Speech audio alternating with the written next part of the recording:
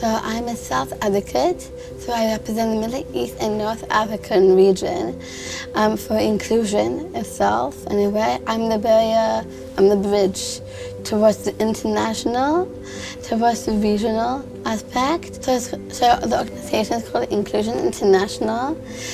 What they do is they work with 115 countries in 5 regions in America, Europe, Asia, Africa, and also the Middle East and North African region, where they implement and reinforce the CRPD, that is the Convention of Rights of Persons with Disabilities, that is created by the United Nations in 2006. That is a convention of different articles of rights of persons with disabilities, like education and employment and families. That's amazing. And in what kind of projects have you been part of? I'm actually part of the Listening to Respect. I'm also part of the Empower Us project itself. I also motivated Listening to Respect in the United Nations. That's itself. amazing. That's really interesting. Really interesting. I did a consultation about deinstitutionalization.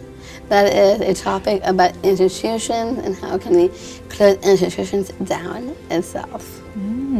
So what is the main goal of Inclusion International? So the main goal is actually help people with disabilities to be part of the world in a way by teaching people without disabilities about disability people in a way and how they can involve us into their communities. That is really needed, I think. Definitely. What an amazing project. Thank you. So I want to learn more about you, about your special interest. I heard that you're practicing Jiu-Jitsu. Yes, I do. So tell me a bit about that. So, Jiu-Jitsu is a martial art that helps us to defend ourselves in certain positions itself from any real world harassments. And what made you get into that sport? I got into Jiu-Jitsu because it helps me with my fitness levels itself, and I want to lose weight, so I got into Jiu-Jitsu from there. Who are practicing Jiu-Jitsu, let's say, how was the teachers or the people, were they able to accommodate anything to meet your needs?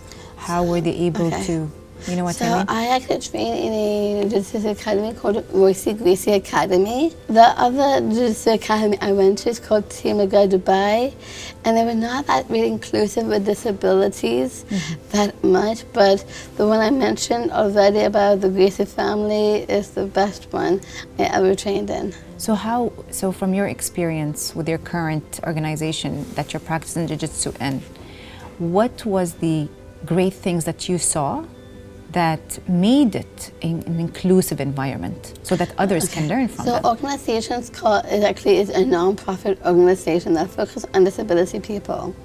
So Jiu-Jitsu is very different because it's part of sport, so it's not really together itself. Yes. And so the teachers, were they able to make it more inclusive for you? Yes. Like what? Can you give me examples? So the way they make it more inclusive is actually letting me be part of the learning aspect in a way. They really feel on eye contact. The coaches talk to me as a friend in a way.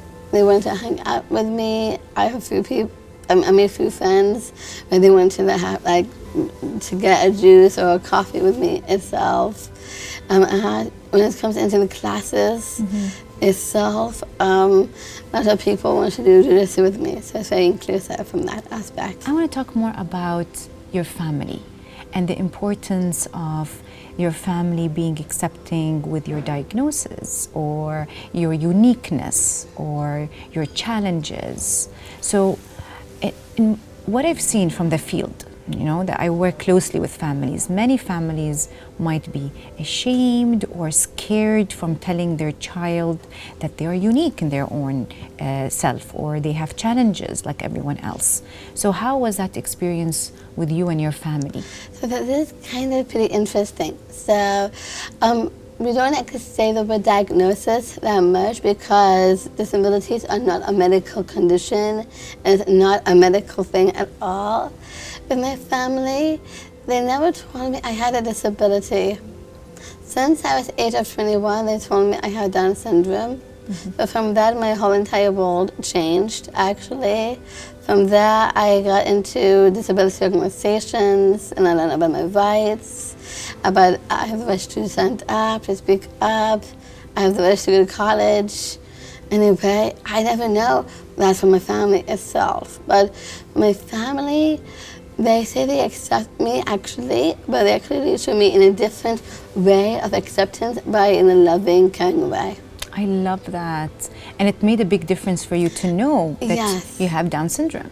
Yes. Right. And so what would you advise for the families?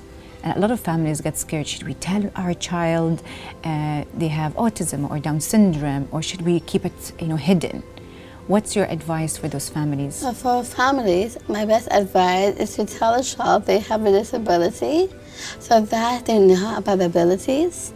And also within that, bring them into organizations so that they can have a sense of community, so that they feel not different, and push kids into schools in a young age. And the reason why I mentioned that is because when I was very young, I wanted to go to a normal mainstream school. Me and my mom knows I have the right to go to school. So we went to the school called Charge English School, I think. That's the name of the school. And my mom pushed me to go to college. My headmaster didn't want me to go to school. He wanted me to go to a specialized school or institutions. So my mom pushed so much so that I can actually get an education. And they said I can go to school if I have a brother. And at some point I do have a brother, so I eventually went to the school itself afterwards. Do you remember your days in the school, and how were you lost? Were you like, what is this? And this is not the right way of teaching me. How did you feel? And from that I got forced into having a shadow teacher itself. So I feel lost. And then plus I never had any friends in school at all. Right. So that means that schools should consider, a social inclusion, more than just academic. That she passes a grade or something. And with academics, usually my teachers in schools, they never sit down and plan the planning of me to go to a school. They never plan like what I should do, what subjects I like. Anyway. Right. Yes. So that was an experience, isn't it? Quite an experience. So I never had any teachers to sit down and plan how can I go towards higher education itself. Would you like to do that one day? It's my dream to go to college at some point, but I actually know not all people can go to colleges, but they became so successful, and it would be nice to see both ways. And what do you want to major in college? Do you have If I do go to college, I would say philanthropy, to be honest. Nice. And help people with disabilities to be more into inclusion and everything. I never had inclusion when I was a younger age. I'd rather help other people to do the right, to do anything they want to do, even their rights. Even I never had that.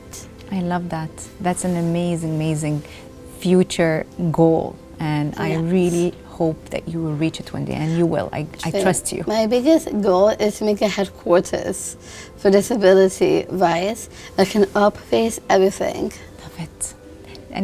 Any final words you want to say? My final words is I love you, and I love everybody else in the world. Thank you so much. We love you too, Sheikha. Me too.